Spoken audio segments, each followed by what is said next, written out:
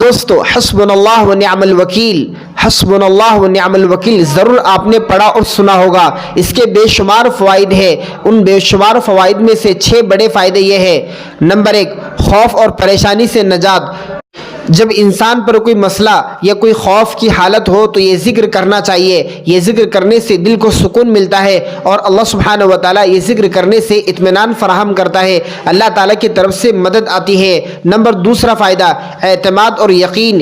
حسبنا اللہ و نعم الوکیل کو پڑھنے سے اللہ پر بھروسہ اور اعتماد بڑھ جاتا ہے اور دل میں یہ احساس پیدا ہوتا ہے کہ اللہ تعالیٰ ہی ہر مسئلے کا حل ہے، یعنی کہ اللہ کے بغیر کوئی کچھ نہیں کر سکتا، جو کچھ کرے گے وہ اللہ ہی کرے گے، اللہ کے بغیر کوئی کچھ نہیں کر سکتا۔ نمبر 3 فائدہ، دشمنوں سے حفاظت۔ جب دشمن یا برے حالات کا سامنا ہو تو حسبنا اللہ و نعم الوکیل کو پڑھنے سے اللہ تعالیٰ حفاظت فرماتا ہے اور دشمنوں کے خلاف قوت عطا فرماتا ہے۔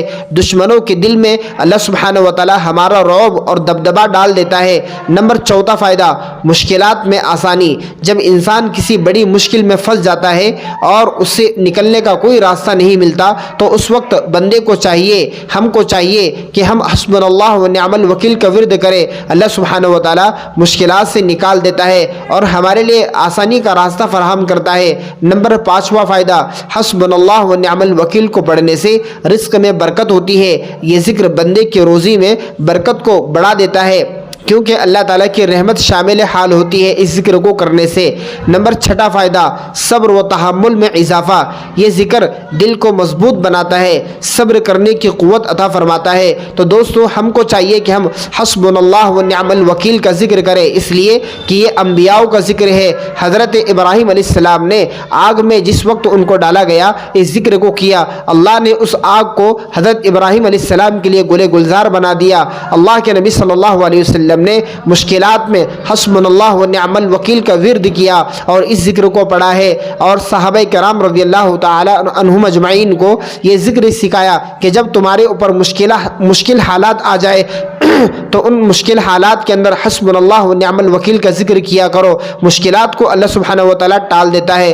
دوستو ہم نے حال ہی میں بہت سارے ویڈیوز سنے ہوں گے اور دیکھے ہوں گے سوشل میڈیا پر کہ جس وقت غزہ کے اندر فلسطین میں معصوم چھوٹے چھوٹے بچے جن کی زبان پر حسبنا اللہ و نعم الوکیل کے ترانے گونج رہے ہیں، دوستو ہمیں چاہیے کہ ہم اس ذکر کو لازماً پڑھیں، اور خصوصاً ہم فلسطین کے مسلمانوں کے لیے کچھ نہیں کر سکتے تو کم از کم حسبنا اللہ و نعم الوکیل، حسبنا اللہ و نعم الوکیل پڑھ کر ان کے لیے دعائیں کریں۔ دوستو اس ذکر کو کس طریقے سے کیا جائے، کتنی عدد میں کتنی بار پڑھا جائے اور کس وقت پڑھا جائے، آئیے اس کی طرف ہم نظر ڈالتے ہیں۔ سب سے پہلی یہ بات کہ جس وقت ہم کو مشکل پیش آئے تو ہماری زبان پر فوراً آنا چاہیے حسبنا اللہ و نعم الوکیل، حسبنا اللہ و نعم الوکیل۔ آئیے اس کا معنی کو بھی ہم جانتے ہیں، اللہ ہمارے لیے کافی ہے اور وہی ہمارا کارساز ہے، وہی ہمارے کاموں کو بنانے والا ہے۔